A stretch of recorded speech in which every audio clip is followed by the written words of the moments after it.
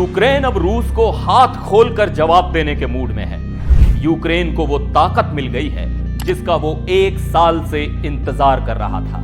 America ने अटैकम्स मिसाइलों से रूस के अंदर हमला करने की इजाजत दे दी है और नॉर्थ कोरिया की एंट्री के बाद ये जंग और भी गंभीर हो गई है। क्या है ये अटैकम्स और क्यों इसे रूस के लिए सबसे बड़ी चुनौती माना जा रहा है? चलिए विस्तार से समझते हैं।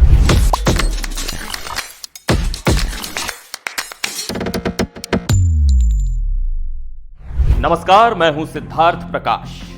रूस यूक्रेन जंग में अब बड़ा मोड़ आ गया है।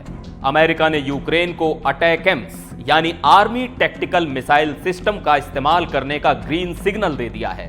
ये मिसाइलें 300 किलोमीटर की दूरी तक मार कर सकती हैं। मतलब रूस के वो इलाके जो अब तक सुरक्षित माने जाते थे अब खतरे में हैं। यूक्रेन के राष्ट्रपति ज़ेलेंस्की ने ऐलान कर दिया है कि हमले बिना किसी चेतावनी के होंगे, तो वहीं रूस इसे अमेरिका की सीधी दखलंदाजी बता रहा है। लेकिन सवाल यह है कि अटैकम्स इतनी खास क्यों हैं और ये जंग में क्या बदलाव लाएंगी? आइए इसे बारीकी से समझते हैं। अटैकम्स यानी army tactical missile system America का बनाया गया एक एडवांस्ड बैलिस्टिक मिसाइल सिस्टम है। इसकी कुछ खासियतें इसे जंग के मैदान में गेम चेंजर बनाती हैं। सबसे पहला, रेंज। अटैकम्स 300 किलोमीटर तक के टारगेट को आसानी से भेज सकती है। यानी यूक्रेन के सीमा से रूस के अंदर के महत्वपूर्ण ठिकाने जैसे हथियारों के गोदाम, एयरबेस और लॉजिस्टिक्स हब इसकी जद में आ सकते हैं। नंबर 2, गति और सटीकता। यह मिसाइल 1000 मीटर यानी 1 किलोमीटर प्रति सेकंड की रफ्तार से दुश्मन के टारगेट पर हमला करती है और इसकी सटीकता ऐसी है कि छोटे से छोटा टारगेट भी इससे बच नहीं सकता। नंबर 3, वॉरहेड क्षमता। इसमें हाई एक्सप्लोसिव और क्लस्टर म्यूनिशन का इस्तेमाल होता है जिससे दुश्मन के कई टारगेट एक साथ तबाह किए जा सकते हैं। Number 4, launching system. इसे मल्टीपल लॉन्च रॉकेट सिस्टम यानी MLRS और high mobility artillery rocket system यानी HIMARS से लॉन्च किया जा सकता है। इसकी खासियत यह है कि यह मोबाइल सिस्टम है जिससे इसे कहीं भी आसानी से तैनात किया जा सकता है। यूक्रेन को पहले से कुछ अटैकम्स मिसाइलें दी गई थीं जिनका उसने क्रीमिया पर हमलों में इस्तेमाल किया था, लेकिन अब इनका इस्तेमाल सीधे रूस के अंदर किया जाएगा। यूक्रेन ने इस मिसाइल की मांग इसलिए की थी ताकि वो रूस के अंदर गहरे ठिकानों को तबाह कर सके। अटैकम्स का इस्तेमाल रूस की इन जगहों को निशाना बनाने के लिए किया जाएगा।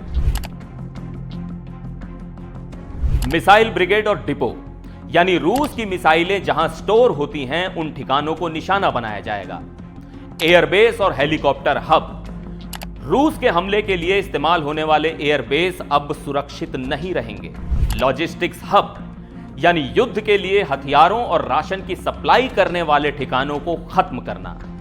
वॉशिंगटन के institute for the study of war की रिपोर्ट के मुताबिक रूस के करीब 225 ठिकाने अटैकम्स की जद में हैं।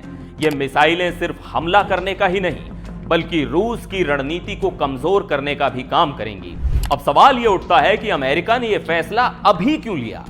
दरअसल रूस ने हाल ही में नॉर्थ कोरिया के सैनिकों को यूक्रेन के खिलाफ मैदान में उतार दिया है। ये सैनिक रूस के उन इलाकों को बचाने में मदद कर रहे हैं जिन पर यूक्रेन ने हाल ही में कब्जा किया था। नॉर्थ कोरिया की एंट्री से अमेरिका और यूरोप की चिंता बढ़ गई। उन्हें डर है कि यह लड़ाई अब और बड़े स्तर पर फैल सकती है। इसलिए अमेरिका ने यूक्रेन को अटैकम्स का इस्तेमाल करने की मंजूरी दे दी। यह फैसला जंग का नक्शा बदल सकता है। रूस इस फैसले को नाटो और अमेरिका की सीधी दखलंदाजी मान रहा है। क्रेमलिन ने कहा है यह कदम तनाव को और बढ़ाएगा और दुनिया को खतरनाक मोड़ पर ले जाएगा। रूस ने पहले ही यूक्रेन पर मिसाइल हमलों में इजाफा कर दिया है। ऐसे में अटैकम्स से जवाबी हमले रूस नाटो के बीच सीधी जंग को जन्म दे सकते हैं। क्या यह कदम जंग को खत्म करेगा या इसे और भड़काएगा, यह देखना बाकी है। तो अटैकम्स मिसाइल ने यूक्रेन को नई ताकत दे दी है, लेकिन क्या यह ताकत रूस को रोक पाएगी या यह जंग को और भड़काएगी? ज़ेलेंस्की ने कहा है कि अब हमारी मिसाइलें बोलेंगी, लेकिन दुनिया के बाकी देश इस जंग के और खतरनाक होने से डर रहे हैं।